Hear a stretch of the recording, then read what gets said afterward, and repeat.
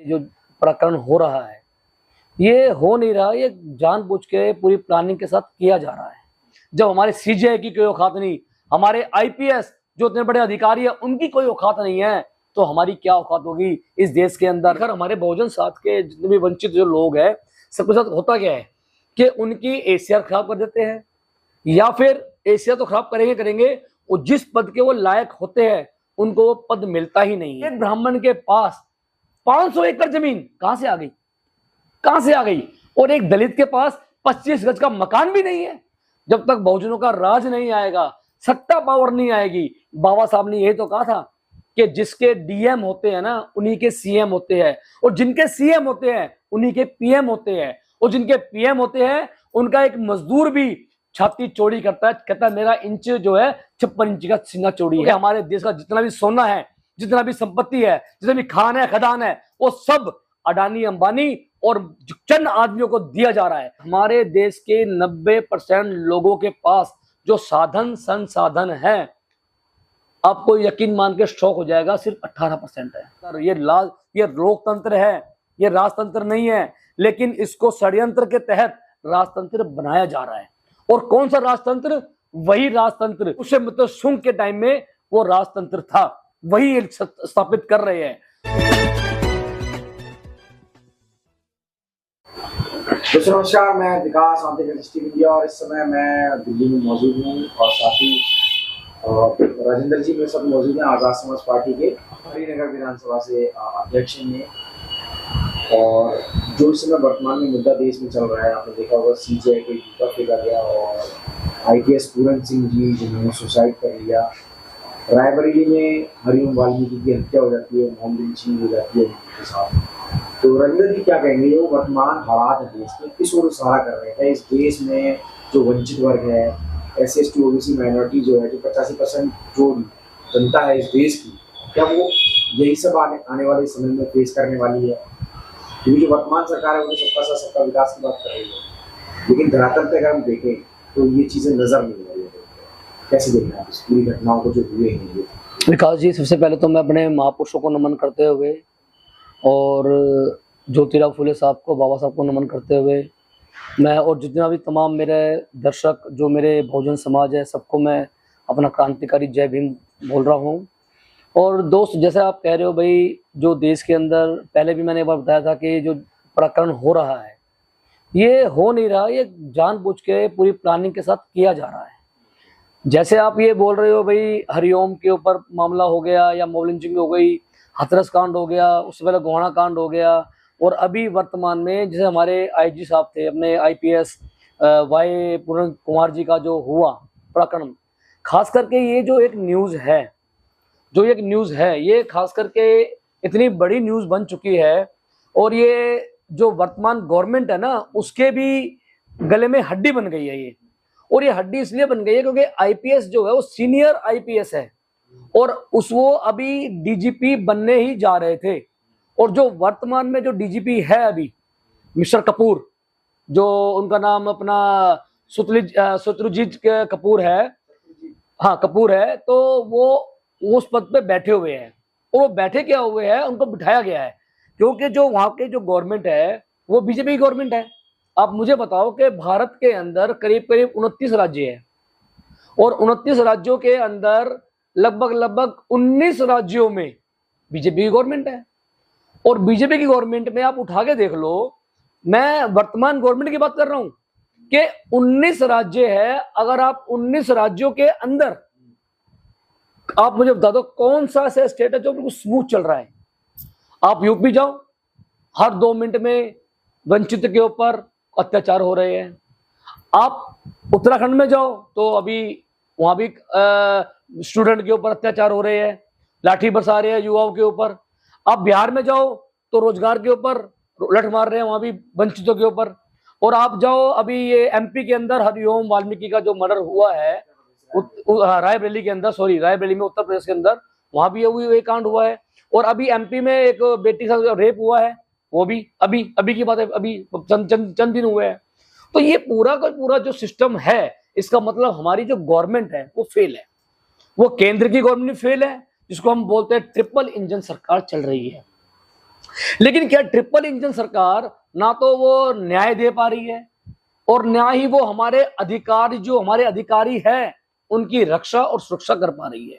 और इतना कौन सा इतना बड़ा विडंबना आ गई है या इतना कौन सा प्रेशर आ गया कि पूरन जी को अपनी आत्महत्या करनी पड़ी। ये इतना बड़ा शेम है पूरे पुलिस फोर्स के ऊपर, बहुत बड़ा शेम है। और क्वेश्चन मार्क है कि अगर आज पूरन कुमार जी के ऊपर ये काम हुआ है तो कल हो सकता है किसी और के ऊपर भी हो सकता है। और उसकी मैं तो यही कहूंगा कि निष्पक्ष एक जांच कराई जाए, एसआईटी बिठाई जाए और भाई पूरन कुमार जी को एक अच्छे से, एक सीनियर अधिकारी है और उनको जो उनकी शहादत हुई है और उनके ऊपर जो चार्ज लगे हुए हैं भ्रष्टाचार के, मुझे नहीं पता कि वो भ्रष्टाचार के चार्ज है भी या नहीं भी है, क्योंकि वर्तमान जो गवर्नमेंट है जो वो सीएम को कुछ नहीं मानती, जो नवाब सैनी जी है उनको कुछ नहीं मानती, उनके ऊपर वो क्यों नहीं मानती, क्योंकि खट्टर साहब का जो प्रिंसिपल्स ऑफ सेक्रेटरी है, जो सेक्रेटरी बैठा हुआ है वर्तमान में प्रिंसिपल ऑफ सेक्रेटरी, वो हैज ए सीएम है। उस सीएम तो सिर्फ अभी जो अपने जो सैनी साहब है वो तो एक चेहरा है ऐसे दिखाने के लिए, लेकिन गवर्नमेंट तो दिल्ली से चल रही है जो खट्टर साहब चला रहे हैं और खट्टर साहब जो कहेंगे वो वही हरियाणा में चलता है। और अभी अभी उनको कोई किसी को बर्खास्त नहीं किया गया और ना ही बर्खास्त होने की उनकी कोई, मुझे लग रहा है कि वो क्योंकि उनको छुट्टी पे भेज दिया गया है, आईजी को भी और एसपी को भी। तो मैं ये कहूंगा कि जिसका जन्म पूरन कुमार जी का जन्म आंध्र प्रदेश के अंदर हुआ है और उनका जन्म हुआ है और 81 के, हाँ 2001 के वो बैच के है, आईपीएस है और 2001 के आईपीएस सीनियर है और अगर देखा जाए तो वो डीजीपी बनने चाहिए, लेकिन उनको साथ में, उनके साथ में नहीं, खैर हमारे बहुजन साथ के जितने भी वंचित जो लोग हैं सबके साथ होता क्या है कि उनकी एसीआर खराब कर देते हैं या फिर एसीआर तो खराब करेंगे और जिस पद के वो लायक होते हैं उनको वो पद मिलता ही नहीं है और वो उनको कभी होमगार्ड में भेज देते हैं या कभी ट्रेनिंग में भेजते हैं या वट एवर, कहीं ना कहीं उनको भेजते हैं। ऐसा वो फिल्म में भी एक फिल्म थी, मैं उसका नाम भूल गया, साउथ की मूवी है, उसमें दिखाया भी गया था कि यार इन दलितों का तो उठाकर कहीं भी फेंक देते हैं, उनकी कोई पहुंच नहीं होती। क्योंकि पहुंच इसलिए नहीं होती क्योंकि हमारी व्यवस्था नहीं है। जब तक बहुजनों की व्यवस्था नहीं आएगी, जब तक बहुजनों का राज नहीं आएगा, सत्ता पावर नहीं आएगी, बाबा साहब ने यही तो कहा था कि जिसके डीएम होते हैं ना उन्हीं के सीएम होते हैं और जिनके सीएम होते हैं उन्हीं के पीएम होते हैं और जिनके पीएम होते हैं उनका एक मजदूर भी छाती चौड़ी करता है, कहता है मेरा इंच जो है 56 इंच का सीना चौड़ी है मेरे भी।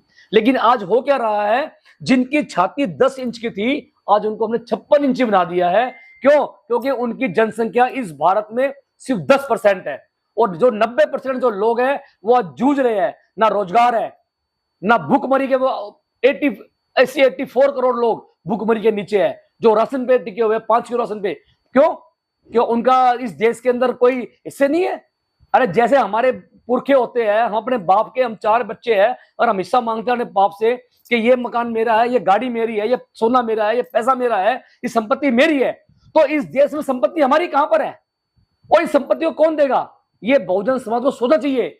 एक ब्राह्मण, मैं क्लियर बोल रहा हूं आपके सोशल मीडिया के माध्यम से, कि एक ब्राह्मण के पास 500 एकड़ जमीन कहां से आ गई, कहां से आ गई, और एक दलित के पास 25 गज का मकान भी नहीं है। क्यों? तो ये पार्शलिटी नहीं है। अगर ये पार्शलिटी नहीं है तो इस देश का मतलब इस संविधान, यहाँ पे देश में संविधान नहीं चल रहा। यहाँ पे जो चल रहा है आज वो सिर्फ राजतंत्र चल रहा है। देश संविधान को तो उठा के एक साइड में रख दिया है क्योंकि संविधान को तो 70 सालों में लागू ही नहीं होने दिया। अगर इस देश में संविधान लागू होता तो आज हर घर के अंदर सुख संपत्ति होती।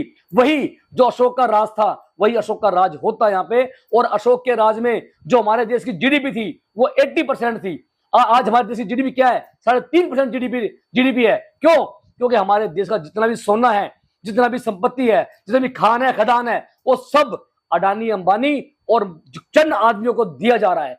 और एक बात और मैं बोलूंगा कि अभी एक आंकड़ा आया था और अभी ये हमारी एक टीवी के मार्फत से मुझे पता लगा कि हमारे देश के 90% लोगों के पास जो साधन संसाधन है, आपको यकीन मान के शौक हो जाएगा, सिर्फ 18% है, सिर्फ 18%।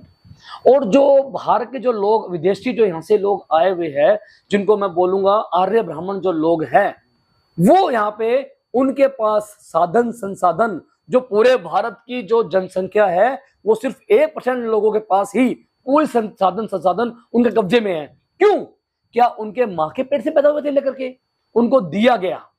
क्यों दिया गया? क्योंकि हम लोग अज्ञानता वर्ष है और हमारा पूरा 90% समाज अज्ञानता में जी रहा है और वो सिर्फ भाग्य और भगवान के भरोसे बैठा हुआ है। और उनको जो अगड़े हैं, जिनकी जनसंख्या इस देश के अंदर सिर्फ मात्र 15% है या 10% बोलूंगा कि 10% है, और वो उनको पता है कि भाग्य भगवान में कुछ भी नहीं है, जो कुछ है संविधान में है और राजतंत्र में है और देश के जो राजनीतिक एक मास्टर की है उसमें है। और हम क्या कर रहे हैं कि आज खास करके मैं बोलना चाहूंगा कि वाल्मीकि जो हमारी जाति है उसके आज जो हमारे आज खास करके सबसे निचले पायदान पर वाल्मीकि जाति बैठी हुई है। और हमारे जैसे आप लगाओगे सीजीआई साहब है, एक मतलब के राष्ट्रपति पद के इक्वल होता है सीजीआई पद, उनके ऊपर जूता फेंका जा रहा है। ये इतना शर्मसार है और इतना शर्मसार देश, वो भी सबसे बड़ा लोकतंत्र कहने के लिए वर्ल्ड में सबसे बड़ा लोकतंत्र भारत का है। और भारत की जो सभ्यता है, संस्कृति है, जिसकी पूरे वर्ल्ड में डंका बजता है, जिसको हम कहते हैं कि हमने बुद्ध ही बुद्ध दिए। यार बुद्ध का एक सेंटेंस तो बता दो मुझे कि बुद्ध का सेंटेंस है क्या और बुद्ध ने क्या कहा है और बुद्ध के कार्य क्या है और बुद्ध को मानते कैसे और चलते कैसे है। लेकिन क्या है कि हम जो लोग हैं आज अपने आप को खो चुके हैं, अपने अस्तित्व खो चुके हैं, हम अपने इतिहास को भूल चुके हैं और जो हमारे महापुरुषों का शानदार इतिहास है वो हम भूल चुके हैं। आज हम सिर्फ दिखावा, चकाचौंध और हम सिर्फ 15,000 की गुलामी में अपनी जिंदगी बसर कर रहे हैं। और 15,000 रुपए में सिर्फ चूल्हा जलता है भाई, चूल्हे पे कुछ पकता नहीं है।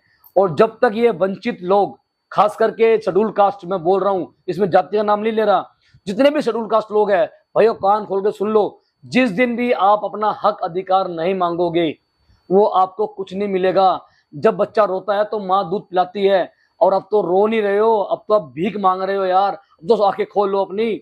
जब हमारे सीजीआई की कोई औकात नहीं, हमारे आईपीएस जो इतने बड़े अधिकारी है उनकी कोई औकात नहीं है, तो हमारी क्या औकात होगी इस देश के अंदर। ये लोकतंत्र है, ये राजतंत्र नहीं है, लेकिन इसको षड्यंत्र के तहत राजतंत्र बनाया जा रहा है। और कौन सा राजतंत्र? वही राजतंत्र जो पुष्यमित्र शुंग के टाइम में वो राजतंत्र था, वही स्थापित कर रहे हैं। और अगर उसे बचना है, सब कुछ करना है, तो बुद्ध ने एक मार्ग दिया है, बहुजन हिताय बहुजन सुखाय। जब तक हम बहुजन इकट्ठे नहीं होते, चाहे वो शेड्यूल कास्ट हो, चाहे वो ओबीसी हो, चाहे वो शेड्यूल ट्राइब हो, चाहे वो मुस्लिम हो, जब तक हम एक नहीं होंगे तो हम अलग अलग खेमे में रहेंगे और अलग अलग दड़बे में हमारे को रोज काटा जाएगा, रोज पीटा जाएगा, रोज हमारे माँ बहनों की स्थापित की जाएगी। धन्यवाद दोस्तों।